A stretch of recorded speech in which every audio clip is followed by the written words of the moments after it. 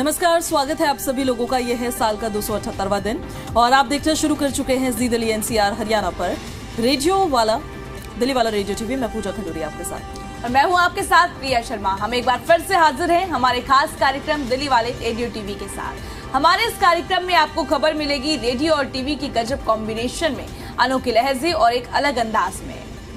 तो यहाँ पर आपको हम खबरें सुनाने भी वाले हैं और खबरें दिखाने भी वाले हैं। दिल्ली की गलियों से लेकर दिल्ली वालों के दिन भर की कहानी तक आपको सुनने को मिलेगी।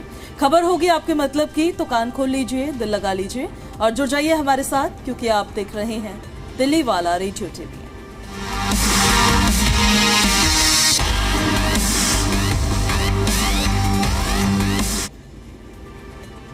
और चलिए इस कार्यक्रम की शुरुआत करते हैं हम एक ऐसी खबर के साथ। प्रिया, सबसे पहले जो आजकल तो काफी ज्यादा इस्तेमाल में उस चीज को लाया जाता है, क्योंकि मौसम बदल रहा है, बीमार हो रहे हैं ज्यादातर लोग, सर्दी जुकाम हो रहा है।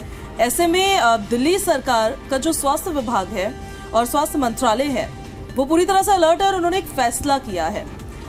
फैसला क्या लिया है? ये कदम जो है मध्य प्रदेश और राजस्थान में कफ सिरप के इस्तेमाल से बच्चों की मौत के बाद जो मामला सामने आया था उसके बाद उठाया गया है। दिल्ली के स्वास्थ्य मंत्री पंकज सिंह ने बताया है कि मामला बहुत गंभीर है, इसलिए केंद्र सरकार ने एडवाइजरी जारी की है। उसे दिल्ली में पूरी तरह से लागू करने के निर्देश दिए गए हैं। 2 साल से कम उम्र के बच्चों को खांसी की जो कफ सिरप होती है वो नहीं दवा दी जाएगी। दरअसल मध्य प्रदेश और राजस्थान में कुछ बच्चों की जान चली गई थी और आरोप ये था कि ये मौतें जो कोल्ड्रफ कफ सिरप है उसके इस्तेमाल की वजह से हुई थी। जांच में सामने भी आया कि इस सिरप से बच्चों की किडनी में गंभीर इन्फेक्शन हो गया था। बिल्कुल पूजा, और देखिए ये एक पूरा गंभीर मामला है। जिस तरीके से इतने बच्चों की मौत हुई देखने को मिला, अब इस पूरे मामले में एक्शन लिया गया और जरूरी भी हो जाता है इन दवाइयों को बैन कर देना। और पूजा, चलिए आगे बात कर लेते हैं किस तरीके से ये पूरा मामला सुर्खियों में आया, ये पूरा मामला कहां से उठा और क्यों बैन किया गया है। देखिए जिस तरीके से कफ सिरप जो है जानलेवा बनता हुआ नजर आ रहा है और काफी जरूरी हो जाता है, क्योंकि कई बच्चों की मौत हुई इस कफ सिरप पीने से, तो जरूरी हो जाता है। और अब बात कर लेते हैं कि क्या क्या दिक्कतें होने लगी उनको। उन्हें पेशाब करने में भी बहुत परेशानी का सामना करना पड़ा था। इन गंभीर मामलों के बाद केंद्र सरकार ने तुरंत जांच शुरू कर दी और अब तक केरल में 10 और साथ ही बात करें मध्य प्रदेश की तो 27 बच्चों की मौत हुई है। राजस्थान में भी 2 बच्चों की मौत हुई और अब इस पूरे मामले में एक्शन लिया गया और साथ ही ड्रग कंट्रोलर को भी सस्पेंड कर दिया गया। 2 साल से कम बच्चों को कफ सिरप ना दिया जाए, ये केंद्र सरकार की तरफ से साफ तौर पर कहा गया है। पूजा, और देखिए कफ सिरप का इस्तेमाल यूजुअली हम तब करते हैं ना जब हमें खांसी हो रही होती है, इधर वो ड्राई कफ हो रहा है, तो इस वजह से कफ सिरप को यूज़ करते हैं हम, ताकि हमारे गले में मॉइस्चर बना रहे और हमें जो इन्फेक्शन अगर गले में हो गया है तो वो ठीक हो जाए।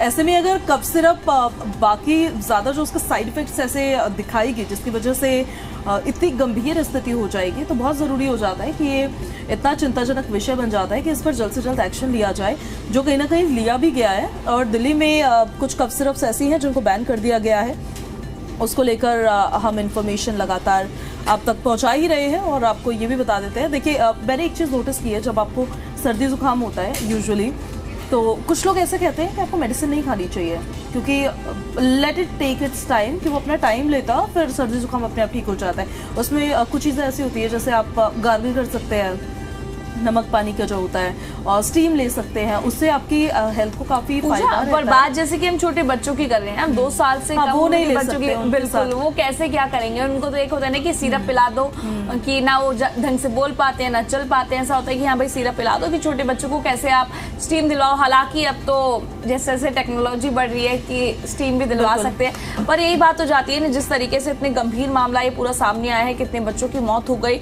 और जरूरी भी हो जाता है इन दवाइयों पर बैन लगा देना।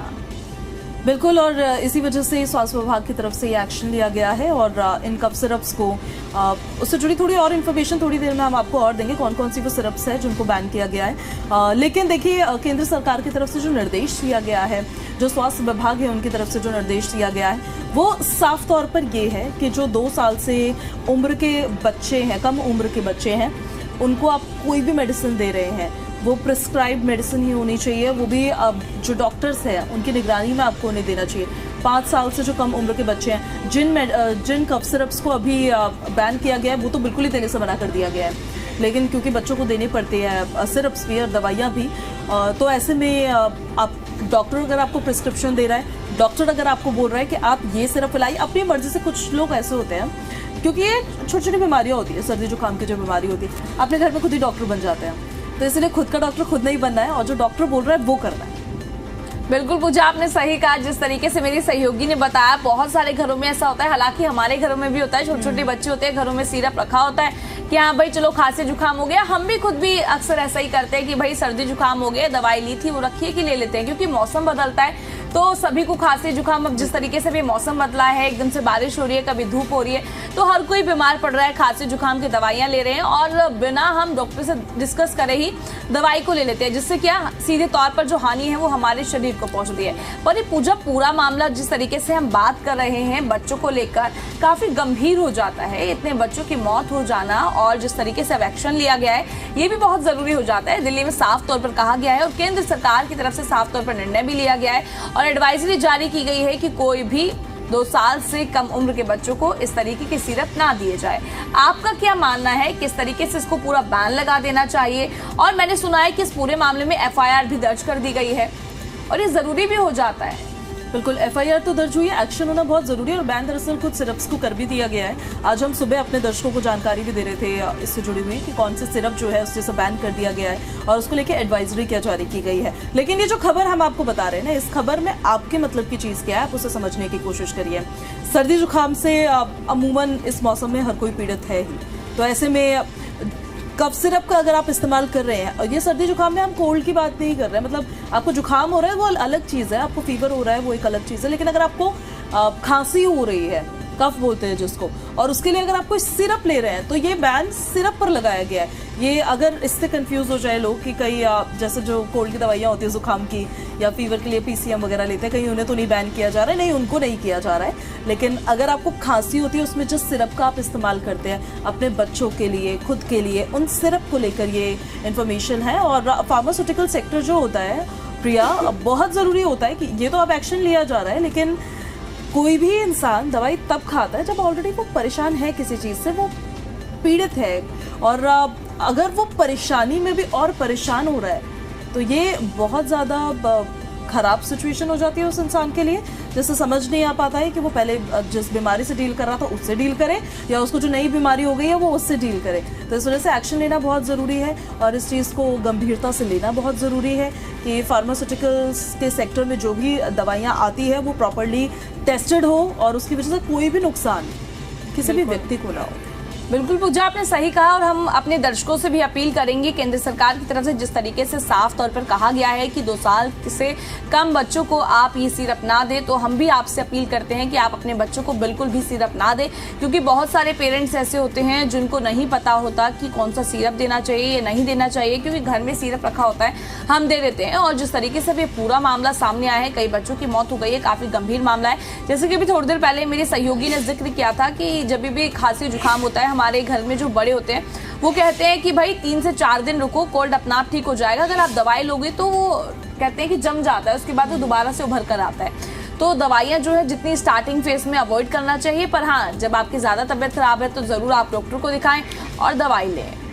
चलिए तो फिर अब हम खबरों में आगे बढ़ेंगे। ये तो रही कफ सिरप की बात और सर्दी जुकाम की बात, जिससे मैं तो खुद भी पीड़ित हूँ और मैं अवॉइड करती हूँ लेकिन कफ सिरप लेना, क्योंकि मुझे ऐसा लगता है कि अगर आप गार्गल करें तो वो ज़्यादा बेटर रहता है, उससे आपकी बॉडी के अंदर कुछ नहीं जा रहा है, आपके गले में अगर कुछ इन्फेक्शन है तो वो ठीक हो जाता है। अब हम आगे बढ़ते हैं और एक और महत्वपूर्ण खबर है जो दिल्ली से जुड़ी हुई है, वो आपको बता देते हैं। यौन शोषण के आरोपों में गिरफ्तार बाबा चैतन्यानंद सरस्वती की गुनाहों की परतें हर दिन खुल रही है। बाबा का चेहरा सिर्फ अब एक आरोपी संत का नहीं रहा है, बल्कि एक ऐसा ठग का बन चुका है जिसने सालों तक फर्जी पहचान और नकली दस्तावेजों का जाल बुनकर अपने आप को VIP क्लास दिखाने की कोशिश की। पुलिस और अब इस पूरे मामले की जांच पड़ताल में जुट गई है, गहनता से जांच पड़ताल की जा रही है, पूछताछ की जा रही है, कई गिरफ्तारी भी हमें देखने को मिली। और साथ ही आपको बता दें कि पुलिस और जांच एजेंसियों को बाबा के ठिकानों से कई चौंकाने वाले अब सबूत भी मिले हैं। इसमें प्रधानमंत्री कार्यालय का फर्जी पहचान पत्र, नेताओं और संतों के साथ फर्जी तस्वीरें और साथ ही कई चीजें बरामद की गई है। एमबीए की डिग्री भी शामिल बताई जा रही है कि जो कि वह नकली डिग्री है। और इन खुलासों के बाद लगातार जांच पड़ताल की जा रही है। मामला पूरा गंभीर हो गया है। खुलासों ने बाबा की असलियत को पूरी तरह से बेनकाब कर रख दिया है। पूजा, तो जांच में देखिए ये सामने आया है कि बाबा ने खुद के पास प्रधानमंत्री कार्यालय का फर्जी पहचान पत्र रखा हुआ था। अब वो इसका इस्तेमाल किस तरह से करते थे, किस लिए करते थे या करवाते थे, ये सब अभी जांच का विषय है। इसके सहारे लोगों को धोखा लेकिन जरूर दे रहा था वो, ये खुलासा तो हो गया है।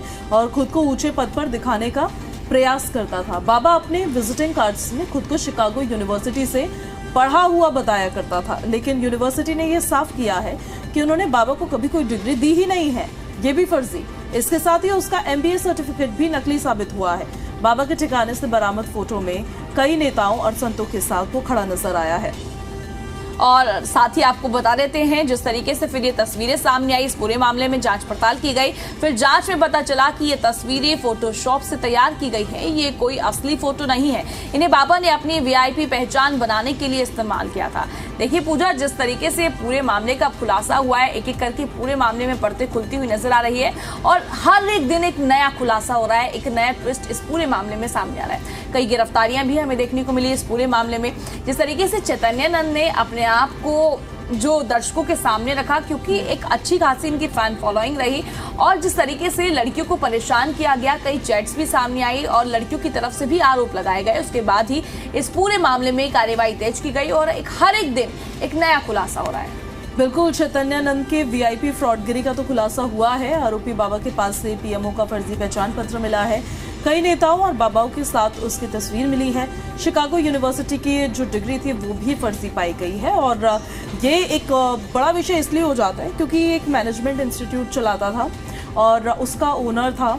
वहाँ पर कई छात्राएं आती है पढ़ने के लिए, मैनेजमेंट की पढ़ाई करने के लिए।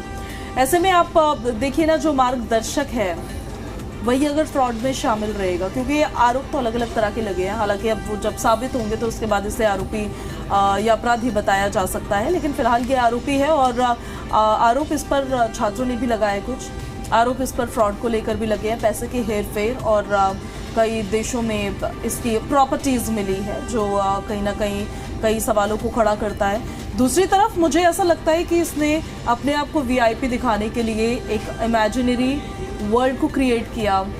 जैसे आपने सुना है कि रेगिस्तान में एक मिराज होता है जहाँ पर पानी होता नहीं है, पर आपको ऐसा लगता है कि वो पानी वहाँ पर है और वो एक भ्रम होता है आपका। तो इसने भी एक भ्रम की दुनिया क्रिएट करने की कोशिश करे जिससे इसका वीआईपी स्टेटस नजर आए और ये अपने जो बाकी के धंधे चला रहा था, काम कर रहा था, पैसों की हेरफेर कर रहा था इधर उधर, ये वो कर सके।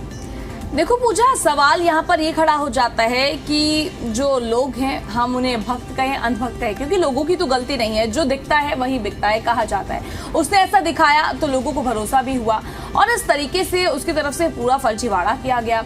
और बात हम छात्रों की करें, छात्राओं की करें, माफ कीजिएगा, उनकी क्या गलती थी बताइए? वो पढ़ रहे थे वहां पर, उनके साथ भी धोखाधड़ी की गई, उनको परेशान किया गया, उनको मैसेजेस किए गए और फिर उसके बाद जब ये पूरा मामला संज्ञान में लिया गया तो कार्रवाई अब की जा रही है। कुछ मैसेजेस जो हमने भी देखे और हमने अपने दर्शकों को भी दिखाए जिसमें एक वर्ड का इस्तेमाल कर रहा था, ये बेबी शब्द का इस्तेमाल कर रहा था एक छात्रा के लिए। ये भी इंफॉर्मेशन मिली कि इसने छात्राओं को नौकरी लगाने को लेकर भी, कि तुम्हारी नौकरी लगा दी जाएगी, ये भी प्रॉमिसेस किए थे, तुम्हें विदेश भेजा जाएगा, ये भी प्रॉमिसेस किए थे, झूठे झूठे प्रॉमिसेस, मतलब कि जिससे कोई इंसान आपके चंगुल में फंस जाए, आपके बनाए हुए जाल में फंस जाए और फिर उसके बाद आप अपने हिसाब से उसका शोषण करें। तो ये भी कहीं ना कहीं इन्फॉर्मेशन जो है जो सामने आई है और इसको लेकर मुझे ऐसा लगता है कि जब भी कोई भी व्यक्ति आपको कोई भी लालच देता है या कोई भी झांसा देता है तो आपको लालच और झांसे में नहीं पड़ना चाहिए, नहीं आना चाहिए। कोई भी चीज़ आपको अगर आसानी से मिल रही है तो वो आसानी से चली भी जाएगी। बिल्कुल सही कहा आपने। कहावत सुनी होगी पूजा, लालच बुरी भला है। बिल्कुल, उसको अपने दिमाग दिल में सबको बिठा लेना चाहिए। अगर आपको कोई लालच देता है तो आपको कभी भी किसी के चंगुल में ना फंसे, मेहनत करो तो सभी चीजें पूजा एक दिन जरूर प्राप्त होती है। क्यों आज हम स्ट्रगल कर रहे हैं, स्ट्रगलिंग फेस सभी के जीवन में होता है। और जिस तरीके से वो एक छात्राएं थी तो उनको तो पहले ही इस पूरे मामले में एक्शन ले लेना चाहिए था। बिल्कुल, कई बार ऐसा भी होता है, जैसा इन्फॉर्मेशन मिली भी थी कि जब उन्होंने शिकायत की बात कही तो ये धमकाया भी उनको गया है, ऐसा कहा गया है, मतलब ऐसी इन्फॉर्मेशन सामने आई है कि उन छात्राओं को धमकाया भी गया है। बट आप एक सिचुएशन में अगर फंस जाते हैं जिसमें आप खुद ही पहले एंटर कर रहे हैं तो फिर आपके लिए थोड़ा निकलना उससे मुश्किल हो जाता है। लेकिन इट्स बेटर कि आप उस बाउंड्री को पहले ही क्रॉस ना करें और अपनी सेफ्टी सिक्योरिटी का भी ध्यान रखें। पर इस बाबा की तरफ से जो भी गुनाह किए गए हैं वो फिलहाल अभी जांच पड़ताल उसको लेकर जारी है, ये जांच का विषय है और उसके बाद धीरे धीरे और खुलासे होंगे, इस आरोपी की सजा तय होगी तो उस पर भी इंफॉर्मेशन देंगे। बिल्कुल। और देखिए, पूजा और जांच इस पूरे मामले में जरूरी भी हो जाती है। अब सवाल यहाँ पर ये भी खड़े हो जाते हैं, अभी जिस तरीके से इतने खुलासे देखने को मिले, आगे और कितने खुलासे देखने को मिलेंगे? क्या कुछ इस बाबा की तरफ से क्या किया गया होगा, अभी देखने वाली बात होगी। और इस पूरे मामले में अब जांच बिल्कुल तेज हो चुकी है और अभी जिस तरीके से खबर आपने भी पढ़ी होगी, 102 दिन पहले भी सामने आया था, कई महिलाओं की भी गिरफ्तारी इस पूरे मामले में देखने को मिली थी और पुलिस लगातार इस पूरे मामले में अब एक्शन लेती हुई नजर आ रही है। अब जिस तरीके से मेरी सहयोगी ने अभी फिलहाल जिक्र किया था कि कुछ लड़कियां जो हैं वो अपनी एक बाउंड्री बनाएं और जरूरी भी हो जाता है कि हमें अपनी गरिमा पता होनी चाहिए, हमें क्या करना है क्या नहीं करना। फिर उसके बाद एक फैमिली प्रेशर भी बन जाता है। क्यों पूजा? एक डर होता है कि भाई हमने अपनी फैमिली में बोला तो मेरे परिवार वाले क्या कहेंगे। तो ठीक है, इस पूरे मामले में एक्शन अब लगातार किया जा रहा है और एक के बाद एक नए खुलासे देखने को मिल रहे हैं। अब इसी के साथ खबरों में आगे बढ़ लेते हैं। पूजा, अब एक बार फिर से दिल्ली एनसीआर में मौसम बदलने वाला है और झमाझम बारिश देखने को मिलने वाली है। बिल्कुल, मौसम विभाग के अनुमान के अनुसार आज राजधानी दिल्ली में मौसम का जो मिजाज है वो एकदम बदलने वाला है। मौसम विभाग ने येलो अलर्ट जारी कर दिया है, कहा है कि आज तेज बारिश और हवाओं के साथ आंधी की चेतावनी है। इस बारिश के साथ ही उमस भरी गर्मी से राहत मिलने की उम्मीद है। मौसम विभाग की अगर हम माने तो रुक रुक कर वर्षा जारी रहेगी और कुछ जगहों पर गरज चमक भी संभव है। बारिश की वजह से तापमान में भी गिरावट देखने को मिलेगी, जिससे सुबह शाम ठंड महसूस होगी। और साथ ही आपको बता दें कि इससे पहले लगातार कई दिनों से दिल्ली में उमस और गर्मी देखने को मिली है और अभी कुछ दिन पहले बारिश भी देखने को मिली थी, जिससे साफ तौर पर गर्मी से राहत मिलती हुई नजर आई थी। और अब दिल्ली एनसीआर में बारिश को लेकर अलर्ट जारी कर दिया गया है। गर्मी उमस से अब राहत मिलेगी दिल्ली वालों को और तेज बारिश और हवाओं के साथ अब आंधी की भी चेतावनी साफ तौर पर दे दी गई है कि तेज बारिश देखने को मिलेगी, हवाएं, आंधी देखने को मिलेगी। और अब आईएमडी ने सीधे तौर पर येलो अलर्ट जारी कर दिया है। दिल्ली में एक बार फिर से मौसम का मिजाज बदलता हुआ नजर आएगा। हालांकि आज कई जगहों पर देखने को मिल रहा है मौसम बिल्कुल बदल चुका है। बात पूजा चंडीगढ़ की जाए तो आज वहां पर मौसम बिल्कुल बदला हुआ है। हरियाणा की भी कई जगह है जहां पर, कई जिले हैं जहां पर मौसम बदल चुका है और अब दिल्ली एनसीआर में भी आज बारिश को लेकर पूरे आसार जताए जा रहे हैं और आज तेज बारिश दिल्ली एनसीआर में देखने को मिल सकती है। मौसम जिस तरीके से पूजा बदलता है और हर कहते हैं ना, हर एक चीज के दो पहलू होते हैं। जब बारिश होती है तो दिल्ली वालों को कहीं ना कहीं गर्मी से राहत मिलती है, पर कहीं ना कहीं जलभराव की समस्या दिल्ली वालों को बेहद परेशान करती है। बिल्कुल, वो तो है ही। मुझे लगता है कि वो पैरेलल में चलता है दिल्ली में, तो कि बारिश होगी तो जलभराव हो गई और सर्दियाँ आएंगी तो पोल्यूशन हो गई। और हम एक्सपेक्ट करते रह गए इतने सालों से बस कि इन समस्याओं से निजात मिले। गर्मी होती है तो पानी की किल्लत हो जाती है और बारिश होती है तो बाढ़ आ जाती है। तो समस्याएं तो बहुत है, लेकिन मौसम देखिए बेहतर हो, क्योंकि बादल छाए रहने की बात तो की गई है और बारिश भी हल्की फुल्की होगी। हालांकि पिछले कुछ दिनों में भी यही उम्मीद जताई जा रही थी, लेकिन उतनी बरसात देखने को नहीं मिली है और उमस भरी गर्मी से लोग जरूर परेशान। पर हाँ पूजा, दशहरा वाले दिन जरूर बारिश हुई दिल्ली में, जिस दिन नहीं होना था। बिल्कुल पूरा दिन बारिश हुई। दिल्ली वालों की तरफ से यही कहा जा रहा था कि भाई हमारा तो दशहरा खराब हो गया, रावण भीग गया उस दिन। बिल्कुल, अभी देखने वाली बात ये होगी कि आज बारिश होगी या नहीं होगी। फिलहाल तो पूरी संभावना जताई जा रही है कि दिल्ली में जो है मौसम बिल्कुल सुहाना रहने वाला है। झमाझम बारिश देखने को मिलेगी, तेज हवाएं देखने को मिलेगी और देखते हैं मौसम कैसा रहेगा, दिल्ली वालों के लिए कैसा दिन रहने वाला है। क्योंकि देखिए पूजा, बात कर लेते हैं हम बारिश को लेकर बात करें। अब दिल्ली सरकार भी इस पूरे मामले में अब लगातार कार्य करती हुई नजर आ रही है, क्योंकि बारिश के बाद देखने को मिलता है जलभराव हो जाता है ना। और अब इस पर दिल्ली सरकार भी काम कर रही है कि भाई जलभराव ना हो। आपने पॉल्यूशन की भी बात की थी कि पॉल्यूशन देखने को मिलता है, तो दिल्ली सरकार इन सभी चीजों पर फिलहाल लगातार कार्य कर रही है और ये जरूरी भी हो जाता है। ऑन ग्राउंड वो कितना रिजल्ट या फिर कितना प्रोडक्टिव नजर आता है ये भी देखना होगा, क्योंकि इस बार मानसून सीजन जब आया, जब बारिश हुई तो जलभराव हुआ, अंडरपास से पानी भरा, उसकी निकासी को लेकर थोड़ा समय लगा। हालांकि ये समस्या हर साल ही हम देख रहे हैं। बिल्कुल, वेदर उन्होंने हॉटस्पॉट्स को चिन्हित किया और जो बड़े बड़े इलाके हैं वहाँ पर ज़रूर पानी की निकासी जल्द से जल्द कुछ एरियाज़ में पंपिंग के ज़रिए करने की कोशिश की गई कि जल्द से जल्द हो जाए, लेकिन तब भी छोटे कुछ इलाके ऐसे थे जैसे संगम विहार का इलाका हो गया और ऐसे कई एरियाज़ थे, ऐसे कई अंडरपासेस थे जहाँ पानी भरा रहता था। आप बच्चों को देखते थे वहाँ पे पानी में डुबकियाँ लगाते नज़र आते थे। अभी कुछ दिनों पहले हाल ही में मैंने देखा था, जब मैं अपने घर से ऑफिस की तरफ आ रही थी तो उस दौरान सुबह सुबह बारिश हो रही थी, अच्छी खासी बारिश हो रही थी और जिस अंडरपास को क्रॉस करना था वहाँ पानी भरा हुआ था। सबसे बुरी बात ये थी कि वहाँ पर कोई भी था नहीं ये बताने के लिए कि जितने पानी का लेवल यहाँ पर अभी है उतने में गाड़ी निकलेगी कि नहीं निकलेगी। और यूजुअली लोग क्या सोचते हैं ना, लोग सोचते गाड़ी निकल ही जाएगी तो और फिर बंद हो जाती है जब बोनट तक पानी आ जाता है। तो मैंने तो ऐसे निकाली हो, भगवान भरोसे है, भगवान का नाम ले लेके मतलब आप भी फंसे हो बारिश के समय? मैं फंस गई थी। और मुझे आप सोचिए ना कि आप सुबह सुबह अपने दफ्तर की तरफ जा रहे हैं और आप डर में जा रहे हैं, आपको पता भी नहीं है ये क्रॉस कर पाओगे नहीं क्रॉस कर पाओगे, कई जगह रास्ते बंद कर दिए जाते हैं। जैसे ये एक बेहतर बात वैसे है कि आप उसे बंद कर दे रहे हैं। अगर अंडरपास में पानी भर रहा है तो आपको भले ही दूसरा रूट लेना पड़ेगा। 2 अंडरपास मुझे क्रॉस करने पड़ते हैं जब मैं अपने घर से यहाँ आती हूँ। एक अंडरपास में तो हमेशा ही पानी भरा रहता है जब भी बारिश होती है, तो वो लेकिन उसे बंद कर दिया जाता है और वहाँ पे पुलिस की तैनाती रहती है और वो इन्फॉर्म करते रहते हैं लोगों को। वो ज़्यादा बेटर इसलिए है क्योंकि आपको बस अपना रूट बदलना पड़ेगा, पानी में फंसेंगे नहीं, आपकी ना गाड़ी बंद होगी ना आपको आपकी जान पे कोई खतरा आएगा।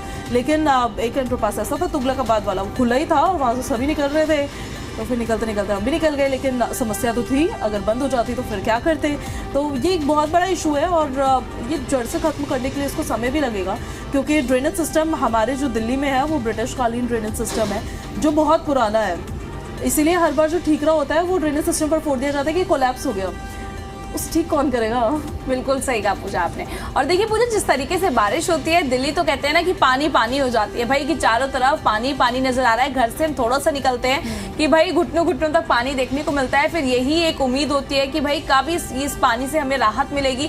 फिर एक तो मन में आता है कि भाई गर्मी है, बारिश हो जाए, पर जब बारिश होती है तो फिर मन में आता है कि भाई अभी जल भराव हो गया, कि बारिश तो हो ही ना, इससे अच्छा कम से कम अपने घर से तो बाहर आराम से निकल जाते हैं, ट्रैफिक तो नहीं देखने को मिलता। हालांकि ट्रैफिक तो फिर भी देखने को मिलता है पर वो पीक टाइम पे होता है। पर जिस तरीके से जब बारिश होती है जलभराव देखने को मिलता है तो उसके बाद पूजा यही होता है कि भाई गाड़ियों की जो रफ्तार है वो बिल्कुल धीमी हो जाती है, उन पर ब्रेक लग जाता है, रेंगती हुई नजर आती है, जिससे वाहन चालक भी परेशान होते हैं, स्थानीय लोग भी परेशान होते हैं। और सबसे ज्यादा जो परेशान होते हैं वो हम जैसे लोग होते हैं जिनको घर से अपने ऑफिस आना होता है, और भी लोग हैं जिनको ऑफिस जाना होता है, जिससे बारिश के कारण काफी परेशानी होती है।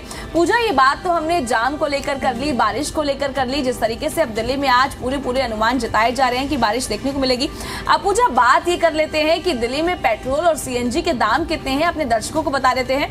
बात कर लेते हैं दिल्ली में पेट्रोल के दामों की, तो 94.77 है। और बात कर ली जाए पूजा अब सीएनजी के दामों की भी, ये तो हमने प्रति लीटर में बता दिए हैं कि कितने दाम है। डीजल की बात की जाए तो 87.67 प्रति लीटर है, और अब सीएनजी के दामों की बात की जाए तो 77 प्रति किलोग्राम में है। बिल्कुल, ये तो आप देखिए दिल्ली के दाम हमारी सहयोगी ने आपको बताए हैं। अब नोएडा की कीमतें भी जान लीजिए, हम तो अभी नोएडा में ही मौजूद है, तो नोएडा वासी देख लीजिए कितना आपके जेब पर भार पड़ने वाला है। पेट्रोल की जो कीमत है 94.77 प्रति लीटर बताई जा रही है, डीजल की जो कीमत है 87.75 प्रति लीटर है, और सीएनजी की कीमत 84.70 प्रति किलोग्राम है। तो वहीं गुरुग्राम के भी दाम आप देख लीजिए, आपको ग्राफिक्स के जरिए हम दिखा देते हैं। गुरुग्राम में जो पेट्रोल की कीमत है वो 94.93 प्रति लीटर है, डीजल की कीमत लगभग 88.18 प्रति लीटर है, और सीएनजी की जो कीमत है वो 82.12 प्रति किलोग्राम बताई जा रही है। तो दिल्ली और नोएडा और गुरुग्राम में पेट्रोल की डीजल की कीमत जो है प्रिया, वो तो ऑलमोस्ट सेम नजर आ रही है। सीएनजी, हाँ, दिल्ली की बात करें तो सीएनजी कम है। अगर आपको सीएनजी भरवानी है तो आप दिल्ली जा सकते हो, पर हाँ फिर आपका आना जाना ही उतने में हो जाएगा कि क्यों ही जाना है। बिल्कुल, लेकिन सीएनजी जो सीएनजी गाड़ियाँ चलाते हैं लोग, उनके लिए फ़ायदा ये रहता है कि वैसे बहुत ज़्यादा डिफरेंस इन कीमतों में है नहीं। 87 डीजल है और 75 आपको सीएनजी नज़र आ रही है, पर एवरेज आपको सीएनजी की गाड़ियाँ अच्छा देती है, और पेट्रोल की जो गाड़ियाँ हैं उनका एवरेज उतना आपको नहीं मिल पाता। एक हफ्ते में आपकी टंकी खाली हो जाती है, विच इज़ वेरी सैड। बिल्कुल पूजा, आपने सही कहा। और जिस तरीके से पर अब दामों की गति बढ़ती हुई नजर आ रही है तो इसका सीधा असर जो है अब हमारी जेब पर पड़ता हुआ नजर आ रहा है। बिल्कुल, और ये तो पेट्रोल डीजल की कीमतें हमने आपको बताई। अब हम आपको 24 कैरेट सोने की जो कीमत है आज गोल्ड प्राइस क्या है वो जरा जान लीजिए। 1,19,550 रुपए प्रति 10 ग्राम। चांदी की जो कीमत है 1,55,000 से ज्यादा प्रति किलोग्राम बताई जा रही है। सोने और चांदी के दाम देखकर कैसा लगा आपको? बहुत बुरा लगा पूजा। रोज ही मुझे तो लगता है जब मैं सोने और चांदी के दाम देखती हूँ कि ऐसा लगता है कि भाई अब तो त्योहार आ चुके हैं, चलो थोड़ा बहुत शॉपिंग कर लेते हैं, सोने चांदी की थोड़ी सेविंग भी हो जाएगी। पर जिस तरीके से फिर मैं दाम देखती हूँ फिर तो ऐसा होता है कि भाई दाम देख लिए, अब सोना चांदी खरीदने का सपना भूल जाओ। दाम देख के मन भर जाता है। मैंने सोशल मीडिया पे इंस्टाग्राम पे एक पोस्ट देखा था जिसमें किसी ने लिखा था अब हमारी शादी करने के बाद आई सोना ही महंगा हो गया है। तो ऐसे में देखिए अब सोना महंगा तो सच में बहुत हो गया। जब हमने इस प्रोग्राम की शुरुआत की थी तब हम 85,000 बताया करते थे अपने दर्शकों को, और अब ये लाख को पार कर गया, 1,19,550 हो गया। कब ये वापस 1 लाख से नीचे आएगा अब वो पता नहीं, कभी ऐसा होगा, हू नोस। लेकिन आप देखिए दाम तो सोने के कम नहीं कर सकते हैं, लेकिन आप ग्राम जरूर सोने के कम कर सकते हैं। ये तो प्रति 10 ग्राम हम 24 कैरेट सोने की कीमत आपको बता रहे हैं। आप किसी को कुछ गिफ्ट करना चाह रहे हैं तो कम ग्राम का गिफ्ट कर दीजिए क्योंकि दाम तो कम होने नहीं वाले, ग्राम तो कम हो सकता है, ये आपके हाथ में है, तो दाम बिल्कुल कम नहीं होने वाले। और देखने वाली बात होगी, वैसे होप तो सबके मन में होती है पूजा, आपके मन में भी होगी, मेरे मन में भी होगी कि भाई दाम तो कम हो जाए। अब देखो पूजा, हमने बात तो कर ली सोने चांदी के दामों को लेकर भी, पेट्रोल के दामों को लेकर भी हमने बात की, सीएनजी के दामों को लेकर भी बात की, हमने दिल्ली में मौसम कैसा रहेगा इन सभी चीजों पर बात की। तो इसी के साथ अब समय की कमी है, कार्यक्रम की समाप्ति करते हैं। नमस्कार।